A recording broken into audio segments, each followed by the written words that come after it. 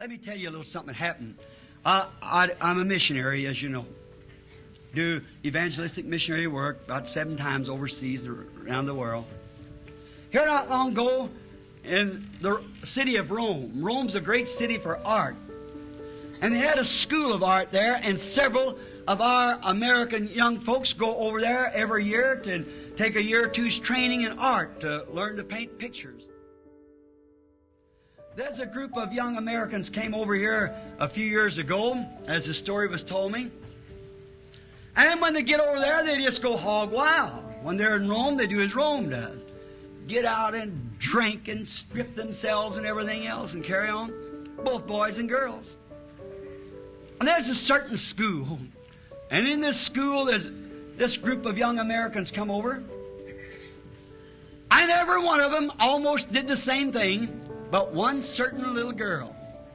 She wouldn't tolerate it at all. She stayed in. At night time, she read, while there's all out drinking. Daytime, she worked study. Well, she was the laughing stock of the whole school, and she kept herself like a lady, conducted herself like a lady. Although they were young Roman boys and everything around trying to get her to go out, she refused it. No, sir. She stayed right with her lessons, learning to draw and to paint, rather. And she stayed with it. Finally, an old custodian of the place kept watching her, seeing she's so much different, although he was a Roman Catholic. Kept watching her, how she conducted herself. One evening, the young girl in the park where the studio was, or the place where they had the school, she walked out upon the campus and went up towards the top of the hill, and the sun was setting. And she was standing up there with her pretty clean face and her hair hanging down, looking across that way towards the setting of the sun. The old custodian was raking down there in the yard. He kept watching the girl. As he raked, something just kept telling him, go talk to her. So he laid his rake down, took off his old slouch hat, walked up to where the young lady was, cleared up his throat. She turned around. He said, "Pardon me, miss." She said, "Yes, sir, certainly." And he noticed she'd been crying. All the rest was out on a big spree for the night. He said, "Madam, I hope that you understand me in the right way that I'm going to speak to you." He said, "You've been here most for over 2 years now.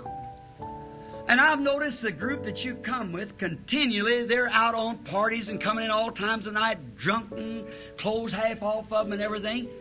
But I noticed that you don't attend such parties. And said, I noticed that seemingly that you're always looking across the sea.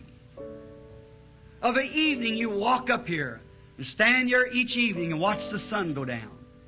He said, what causes that? Said, "I'm an old man and I'm curious of knowing what causes this difference between you and the others." She said, "Yes, sir." She said, "Sir, I'm looking towards home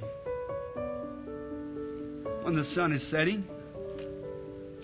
She said, "Across beyond that sun yonder is my homeland."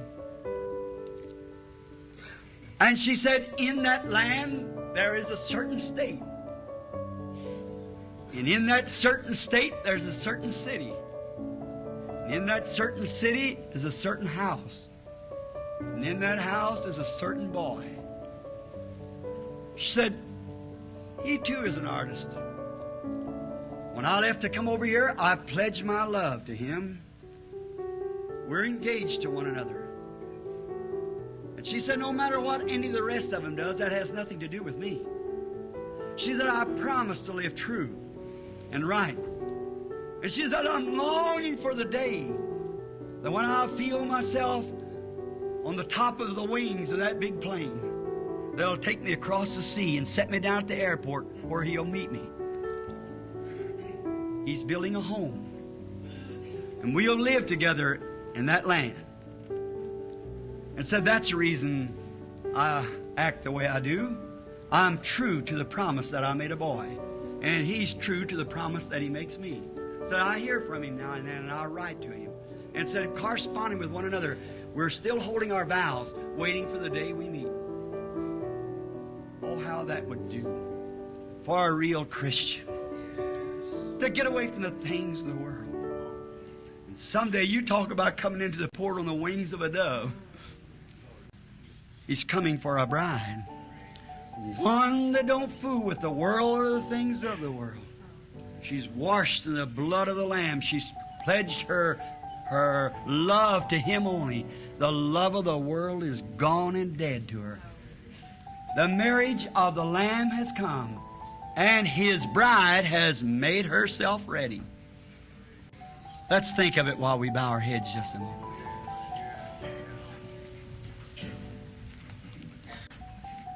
Someday, as I look towards the setting of the sun, I too, 31 years ago, made a pledge to one that I loved, all my love to Him. I've always tried to hold up for Him and His Word wherever I go. Now I know there's many others sitting in here like that, waiting for the day that when the old ship of Zion shall come into the port, pick up our souls and take us in the presence of Him who we love and has pledged our love to.